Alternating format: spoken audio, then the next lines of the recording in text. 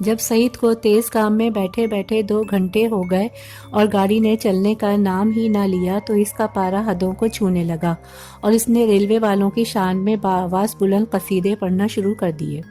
اس کے دوست وسیم خان نے اسے بہت سمجھایا تھا کہ بھائی پنڈی جانے کے لیے کوچ لے لو، ایئر کنڈیشن بسوں کی نہایت شاندار سروس ہے اور ان میں وقت کی پابندی کا بھی بڑا اہتمام ہوتا ہے، مگر اس کے دل میں تو ریل کا سفر سوار تھا۔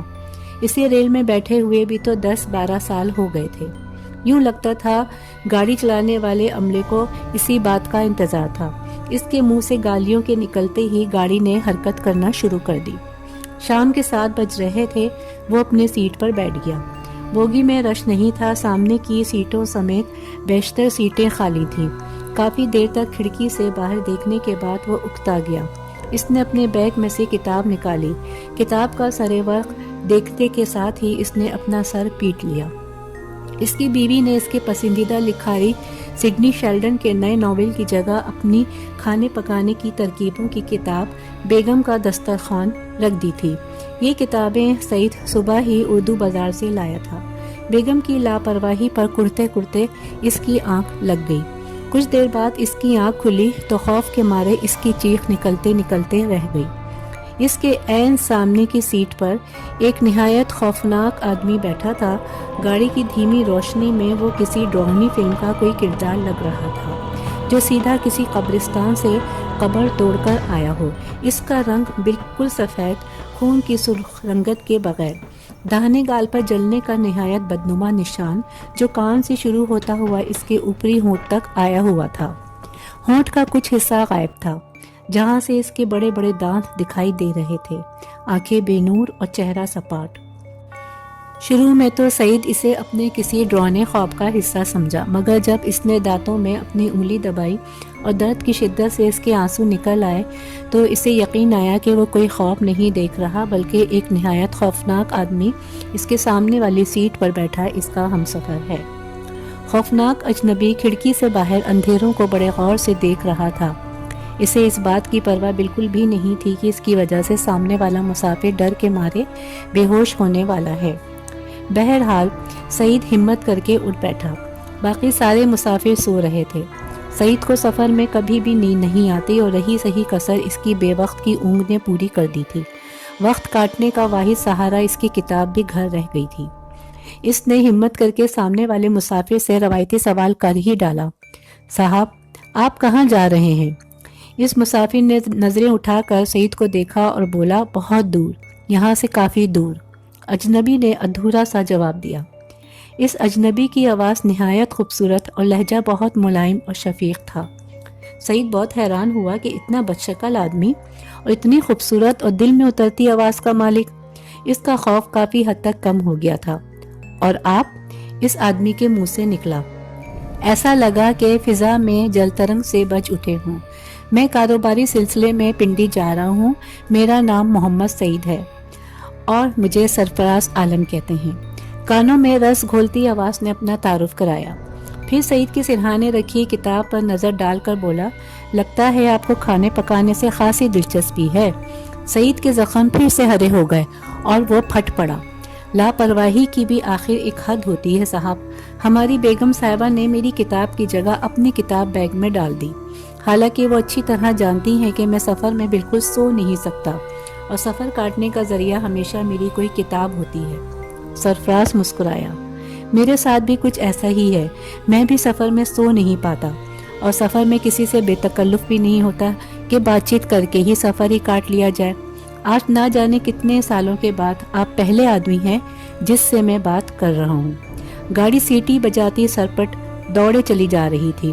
کچھ دیر تک بالکل سکوت رہا، بس گاڑی کی چھکا چھک کی آواز آتی رہی۔ سعید کا ڈر بالکل ختم ہو چکا تھا۔ وہ اس اجنبی کے بارے میں جاننا چاہتا تھا۔ اس کے ذہن میں اس کے چہرے سے متعلق بے شمار سوالات کل بلا رہے تھے، مگر اسے ایسے ذاتی سوالات کرنے کی ہمت نہیں ہو پا رہی تھی۔ شاید اس نے سعید کے چہرے پر لکھے اپنے بارے میں سوالات پڑھ لیے۔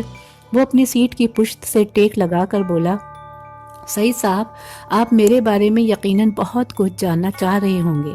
ویسے بھی سفر بھی تو کاٹنا ہے اور میرا بھی دل چاہ رہا ہے کہ میں کسی کو تو اپنی کہانی سناؤں۔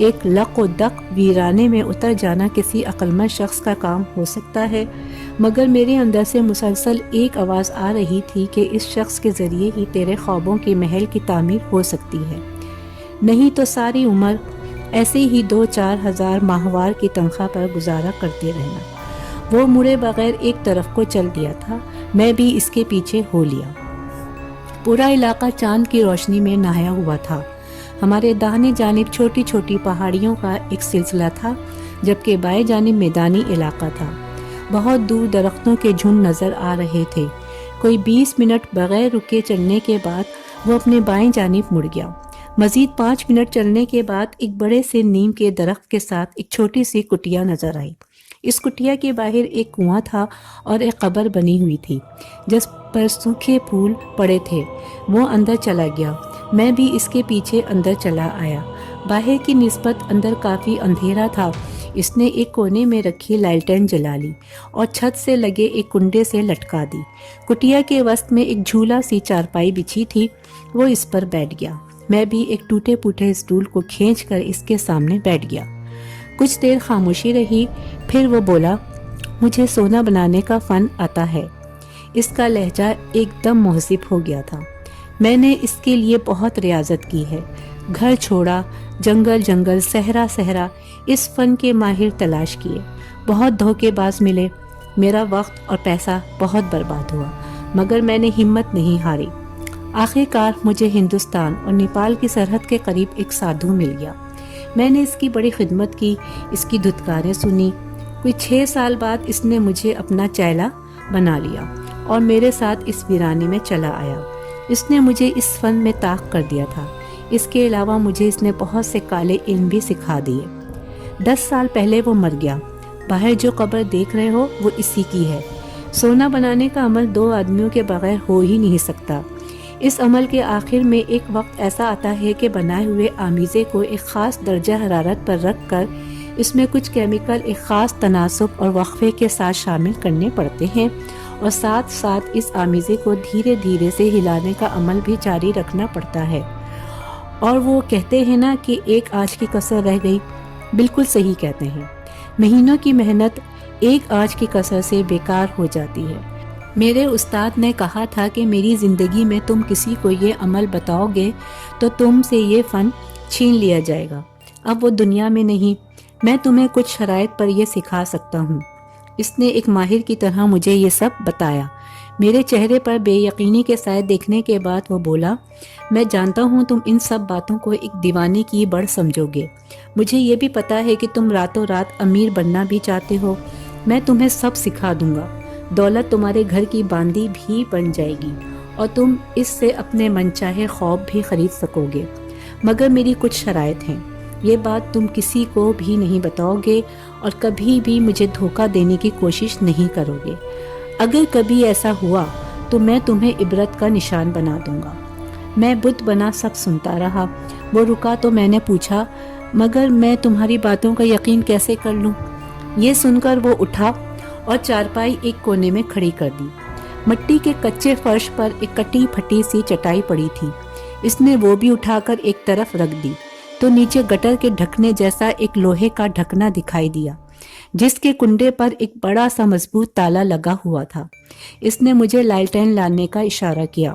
میں لالٹین اتار کر اس کے ساتھ زمین پر اکڑوں بیٹھ گیا۔ پھر اس نے اپنی جوکروں والی جیکٹ کی اندرونی جیب سے ایک بڑی سی چابی نکالی جو کالے رنگ کی ڈوری میں بندھی تھی، اور اس کی مدد سے تالا کھول کر ڈھکنا اوپر اٹھایا اور لالٹین نیچے لٹکا کر مجھ سے بولا، دیکھو۔ میں نے نیچے جھک کر دیکھا۔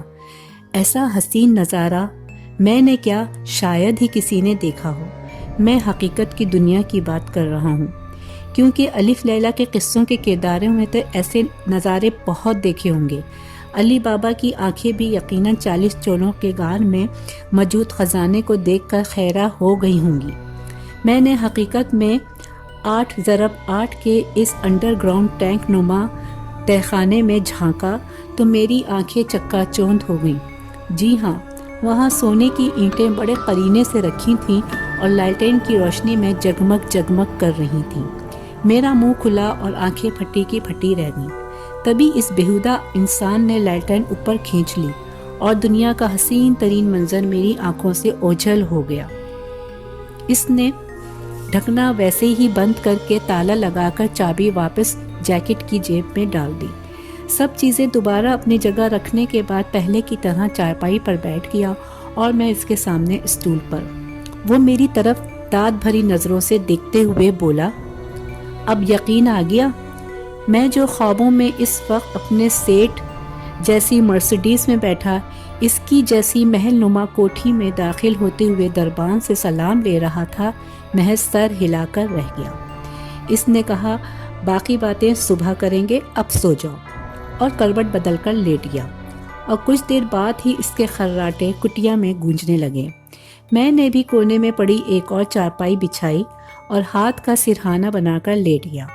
نیند مجھ سے کوسوں دور، جبکہ میرے خوابوں کی منزل مجھ سے محض چند فٹ نیچے تھی۔ اسی وقت میں نے فیصلہ کر لیا کہ مجھے سونا بنانے کے صبر آزما اور فضول عمل میں پڑنے کی کوئی ضرورت نہیں۔ یہ سونا ہر قیمت پر حاصل کرنا ہے، چاہے اس کے لیے مجھے اس جوکر کی جان ہی کیوں نہ لینی پڑے۔ برگد کے درخت پر صبح ہی صبح پرندوں کے شور مچانے پر میری آنکھ کھل گئی۔ وہ پراسرار آدمی ایک کونے میں 2 اینٹوں کے چولہے پر رکھے توے پر پراٹھے بنا رہا تھا۔ مجھے جاگتا دیکھ کر بولا، جاؤ کنویں سے پانی لے کر منہ ہاتھ دھو آؤ۔ میں آنکھیں ملتا کنویں پر آیا، اندر جھانکا تو کوئی 50 یا 60 فٹ نیچے پانی نظر آیا۔ میں نے ڈول ڈال کر پانی نکالا، منہ ہاتھ دھونے کے بعد اس کے ساتھ ناشتہ کیا۔ اس نے بتایا کہ وہ ہر 15-20 دن بعد راشن اور اپنی ضرورت کی چیزیں قریبی قصبے سے لے آتا ہے، اور ہر 2 روز بعد تازہ دودھ اور انڈے وغیرہ مجھے قریبی گاؤں سے ایک شخص سائیکل پر آ کر دے جاتا ہے۔ میرا ذہن بہت تیزی سے کام کر رہا تھا۔ میں نے اس سے قصبے کے متعلق معلومات لی۔ تقدیر نے مجھے ایک موقع دیا تھا، باقی کام میرا تھا، اور میں یہ اچھی طرح جانتا تھا کہ اگر مجھ سے یہ ضائع ہو گیا تو ساری عمر ندامت اور پچھتاوے کے سوا کچھ باقی نہ رہے گا۔ ناشتے کے برتن دھونے کے بعد وہ درخت کے نیچے بیٹھ گیا اور اپنے تھیلے سے عجیب و غریب قسم کی اشیاء نکالی اور انہیں اپنے سامنے نیم دائرے کی صورت میں رکھ کر بیٹھ گیا، اور نہ جانے منہ ہی منہ میں کیا پڑھنے لگا۔ میں اس کام میں مخل ہونا نہیں چاہتا تھا، اس لیے ٹہلتا ہوا پہاڑی کی دوسری طرف آ گیا۔ کچھ دور چلنے کے بعد مجھے ریل کی پٹری نظر آ گئی۔ میں مسلسل اس پراسرار آدمی کے متعلق سوچ رہا تھا، اتنا سونا تو شاید کسی سعودی شہزادے کے پاس بھی نہیں ہوگا۔ میری کئی نسلیں اس خزانے سے خوشیاں حاصل کر سکتی ہیں۔ اتنا سونا ہونے کے باوجود وہ اور سونا کیوں بنانا چاہتا ہے، میری سمجھ سے باہر تھا۔ میں اس کی طرح لالچی نہیں تھا، اس لیے سونا بنانے کے چکر میں پڑنا نہیں چاہتا تھا۔ اس فضول عمل میں وقت ضائع کرنے کی بجائے میں وہ وقت آسائشوں اور عیاشیوں میں خرچ کرنا چاہتا تھا۔ میرا منصوبہ اس کی جان لینے کا تھا۔ کل شام سے پہلے میں کسی شخص کو قتل کرنے کا سوچ بھی نہیں سکتا تھا، اور اس وقت میں اس کی منصوبہ بندی ایسے کر رہا تھا کہ جیسے کسی جانور کی جان لینی ہے۔ مجھے اس کو ٹھکانے لگا کر بس 2-4 اینٹیں بیگ میں ڈالنی تھی، پھر 2-4 چکروں میں، مگر نہیں، اگلی دفعہ مجھے ریل گاڑی سے تھوڑی آنا تھا۔ ہو سکتا ہے اگلے چکر میں کٹیا کے باہر نیلے رنگ کی نئی جیپ کھڑی ہو۔ میری آنکھوں میں میرے سیٹ کی پراڈو گھوم گئی، جس میں ایک ہی دفعہ میں 40 چوروں کا سارا خزانہ گھر لے جاؤں گا۔ کٹیا کے پاس پہنچ کر میری ناک میں سخت قسم کی ناگوار بو محسوس ہوئی۔ وہ آگ میں نہ جانے کیا جلا رہا تھا، سانس لینا مشکل ہو رہا تھا۔ اس کے ساتھ ساتھ وہ جناتی زبان میں اونچی آواز میں عجیب و غریب سے منتر پڑھ رہا تھا۔ اس وقت اس کی شکل نہایت مکروہ اور بھیانک لگ رہی تھی۔ میں دوبارہ مٹر گشت کے لیے نکل گیا۔ اس نے نہ میرے آنے کو محسوس کیا، نہ ہی جانے کو۔ کوئی 45 منٹ بعد میں واپس آیا تو وہ چارپائی پر لیٹا میرا ہی انتظار کر رہا تھا۔ کہنے لگا، پھر کیا سوچا تم نے؟ میری شرائط منظور ہو تو بتاؤ۔ میں ایک بار پھر بتا دوں کہ میرے ساتھ دھوکے کے نتائج بہت بھیانک ہوں گے۔ زندگی بھر پچھتاؤ گے، اور میری مرضی پہ چلے تو دولت تمہارے گھر کی باندھی ہوگی۔ میں باہر تازہ ہوا میں جو منصوبہ بنا کر آیا تھا، اس کے سامنے اس کی گیدڑ بھپکیوں کی کوئی حیثیت نہیں تھی۔ میں نے جواب دیا، مجھے تمہاری ہر شرط منظور ہے۔ میرا دنیا میں کوئی بھی نہیں ہے۔ میں کس کو یہ راز بتاؤں گا؟ اور تم تو میری زندگی میں عیش و آرام لا رہے ہو، میں تمہیں دھوکہ دینے کا سوچ بھی نہیں سکتا۔ وہ میری طرف غور سے دیکھ رہا تھا۔ مجھے ڈر ہوا کہ وہ میرا ذہن نہ پڑھ لے۔ پھر وہ ایک دم کھڑا ہو گیا اور ساتھ رکھی جوکروں والی جیکٹ اٹھا کر پہن لی اور مجھ سے بولا، ٹھیک ہے، مجھے 200-300 روپے دو، کچھ راشن اور سامان لانا ہے، کل صبح سویرے سے کام شروع کر دیں گے۔ میں نے جیب سے 500 کا نوٹ نکالا اور اس کو اس کی طرف بڑھا دیا، جو اس نے اپنی جیکٹ کی اوپر کی جیب میں ڈال دیا۔ مجھے بہت جلدی سے کچھ کرنا تھا۔ چولہے کے ساتھ جلانے والی لکڑیوں میں مجھے چارپائی کا ایک بھاری پایا نظر آیا۔ وہ پلٹ کر باہر نکلنے والا تھا کہ میں نے اس کے سر پر اس 10 سیر کے پائے سے وار کر دیا۔ آخری لمحے میں شاید اس کو اپنے پیچھے ہونے کا احساس ہو گیا تھا۔ وہ مڑا، اسی لیے لکڑی اس کی کھوپڑی کے پچھلے حصے میں لگنے کی بجائے اس کے ماتھے پر پڑی اور کٹیا میں ناریل چٹکنے کی آواز گونج گئی۔ وہ ایک کٹے ہوئے درخت کی مانند پیچھے کی طرف گر گیا۔ میں نے ایک دفعہ پھر پایا اٹھائے اور آگے بڑھا، مگر پہلا وار ہی کام دکھا چکا تھا۔ اس کی بے نور آنکھیں کٹیا کی چھت کو گھور رہی تھیں۔ اس کا ماتھا گہرا نیلا ہو گیا تھا، مگر خون کا ایک قطرہ بھی نہیں نکلا تھا۔ میں نے اطمینان سے مٹکے سے پانی پیا اور سگریٹ سلگا لی۔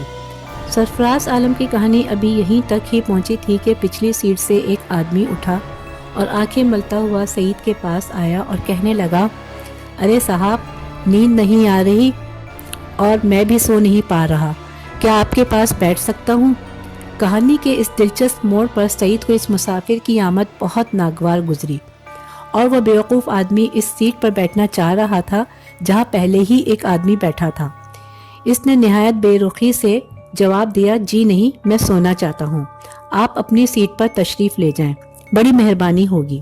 یہ ٹکا سا جواب سن کر وہ منہ ہی منہ میں بڑبڑاتا واپس اپنی سیٹ پر چلا گیا۔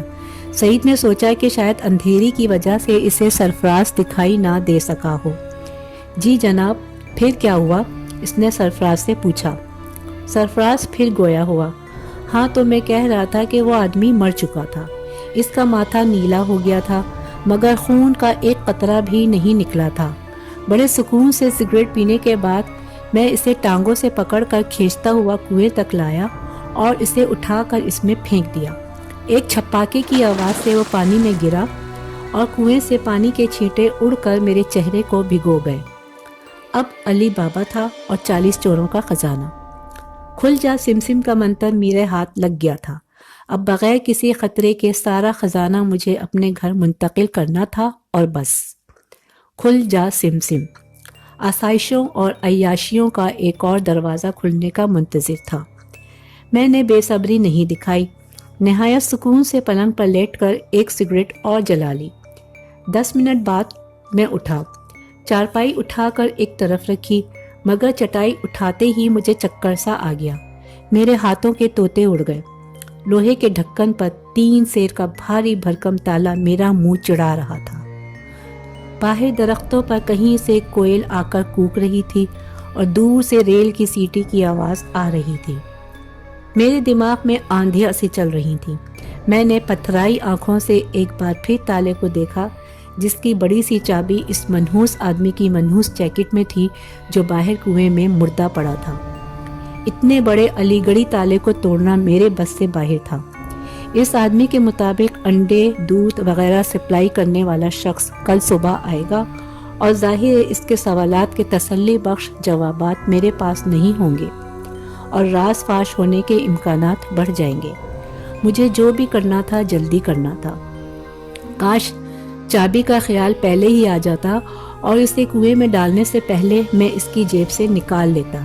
میں نے زندگی میں اتنا برا بھلا کسی کو بھی نہیں کہا ہوگا جتنا اس دن اپنے آپ کو کہا تھا۔ اب واحد حل یہ تھا کہ کنویں میں اتر کر اس کی جیب سے چابی نکالوں۔ ایسا سوچ کر ہی میرے رونٹے کھڑے ہو گئے، مگر سونے کی چاہت میری خوف پہ غالب آ گئی اور میں نے اس کنویں میں اترنے کا فیصلہ کر لیا۔ تھوڑی تلاش پر کٹیا میں سے ایک موٹا سا رسہ بھی مل گیا۔ میں نے وہ رسہ اچھی طرح درخت کے گرد باندھا اور آہستہ آہستہ کنویں میں اترنا شروع کر دیا۔ ایک نیکر کے سوا میں اپنے سارے کپڑے پہلے ہی اتار چکا تھا۔ جیسے جیسے میں نیچے اترتا جا رہا تھا روشنی کم اور میرا خوف بڑھتا جا رہا تھا۔ کوئی 50-60 فٹ نیچے اترنے کے بعد میرے پاؤں ٹھنڈے پانی سے ٹکرائے۔ اب روشنی بہت کم ہو گئی تھی۔ میں آہستہ سے پانی میں اتر گیا۔ تہہ میں 3-3.5 فٹ پانی کھڑا تھا۔ پھر میں آنکھیں پھاڑ کر پانی میں ٹٹول ٹٹول کر اس پرسرار آدمی کی لاش تلاش کرنے لگا۔ یہ معلوم ہونے کے بعد کہ اس کی لاش کنویں میں موجود نہیں ہے، خوف اور حیرت کی انتہا نہ رہی، حالانکہ میں نے اسے ابھی 10 منٹ پہلے ہی مردہ حالت میں یہاں پھینکا تھا۔ اچانک پانی کی سطح پر ایک سایہ سا نظر آیا اور میں نے چونک کر اوپر دیکھا۔ وہی منحوس آدمی اپنی آنکھوں میں شدید نفرت کی چنگاریاں لیے مجھے گھور رہا تھا۔ اس کے ماتھے پر کسی قسم کی چوٹ کا نشان نہیں تھا۔ چند لمحے مجھے نفرت سے گھورنے کے بعد اس نے تیزی سے نیچے لٹکا ہوا رسا اوپر کھینچ لیا۔ خوف کے مارے میرا حلق خشک ہو گیا تھا۔ بڑی مشکل سے میں کہہ پایا، مجھے معاف کر دو میرے بھائی، مجھ سے بڑی بھول ہو گئی، مجھے جانے دو، میں قسم کھاتا ہوں کہ کسی کو تمہارے بارے میں کچھ نہ بتاؤں گا، بس ایک بار مجھے معاف کر دو۔ پھر اس نے وہ کیا جس کو سوچ کر ابھی بھی میرے رونٹے کھڑے ہو گئے ہیں۔ وہ کنویں کا منہ ایک پتھر کی سیل سے ڈھک کر چلا گیا۔ میں چیختا چلاتا رہ گیا مگر اس کو رحم نہ آیا۔ اس کنویں میں نے کتنے دن گزارے میں نہیں جانتا، 1 دن، 1 ہفتہ یا 1 مہینہ، وقت کا کچھ حساب نہیں تھا۔ کنویں کی دیواروں پر اگی پیڑوں کی جڑیں کھا کر پانی پیتا، مرتا کیا نہ کرتا۔ 2-3 بار دیواروں کے سہارے اوپر چڑھنے کی کوشش کی، ایک دفعہ تو کوئی 20 فٹ اوپر پہنچ گیا مگر وہاں سے ایسا گرا کہ دائیں پاؤں کی ہڈی چٹک گئی۔ کوہنی اور کندھے پر بھی کافی چوٹیں آئیں۔ تکلیف کی شدت سے روتا رہا۔ کئی بار خودکشی کرنے کی بھی کوشش کی مگر ناکام رہا۔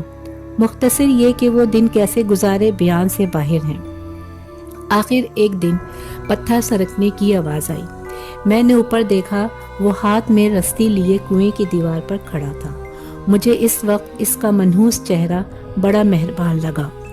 اس نے رسا نیچے لٹکایا، مجھ سے نقاہت کے مارے اسے پکڑا ہی نہیں گیا۔ بڑی مشکل سے اسے اپنی کمر کے گرد لپیٹا اور اس نے بہت آسانی سے مجھے اوپر کھینچ لیا۔ میرا پورا جسم پھوڑے کی مانند دکھ رہا تھا۔ جسم کی کھال اتنے دنوں پانی میں رہنے کی وجہ سے عجیب سی ہو گئی تھی، ٹوٹی ہوئی ٹانگ نیلی ہو رہی تھی۔ اس نے مجھے اٹھا کر چارپائی پر ڈال دیا اور کچھ دیر بعد ایک ٹرے میں بہت سی روٹیاں اور ساگ لے آیا، جس پر میں بے صبری سے ٹوٹ پڑا اور ذرا سی دیر میں سب کچھ چٹ کر گیا۔ اس کے بعد اس نے مجھے دودھ کا ایک بڑا گلاس دیا جس میں اس نے نہ جانے کیا ڈالا تھا کہ پیتے ہی ایک زبردست چکر آیا اور میں بے ہوش ہو گیا۔ جب مجھے ہوش آیا تو میں ایک ریلوے اسٹیشن کی بینچ پر تھا۔ کسی قسم کی نقاہت، درد، کمزوری اور جسم پر کسی بھی چوٹ کا نام و نشان بھی نہیں تھا، بلکہ میں اپنے آپ کو پہلے سے زیادہ چاق و چوبند محسوس کر رہا تھا۔ میری قمیص کے اوپر ایک کاغذ کا ٹکڑا ایک پن سے اٹکا ہوا تھا۔ اس پر لکھا تھا، تم نے میرے ساتھ جو بد عہدی کی ہے اس کی سزا میں اس لیے کمی کی جاتی ہے کہ تم نے میرے ساتھ ایک بار مہربانی کی تھی۔ تمہاری سزا یہ ہے کہ تم آج سے سفر میں رہو گے، ریل کے سفر میں۔ سامنے گاڑی کھڑی ہے، اس میں سوار ہو کر اپنی سزا کا آغاز کرو۔ تمہاری اس سزائے سفر کی مدت کتنی ہے یہ تمہیں نہیں بتایا جا سکتا۔ اگر تم نے اس سزا سے فرار ہونے کی کوشش کی تو تم تو مجھے جان گئے ہوگے۔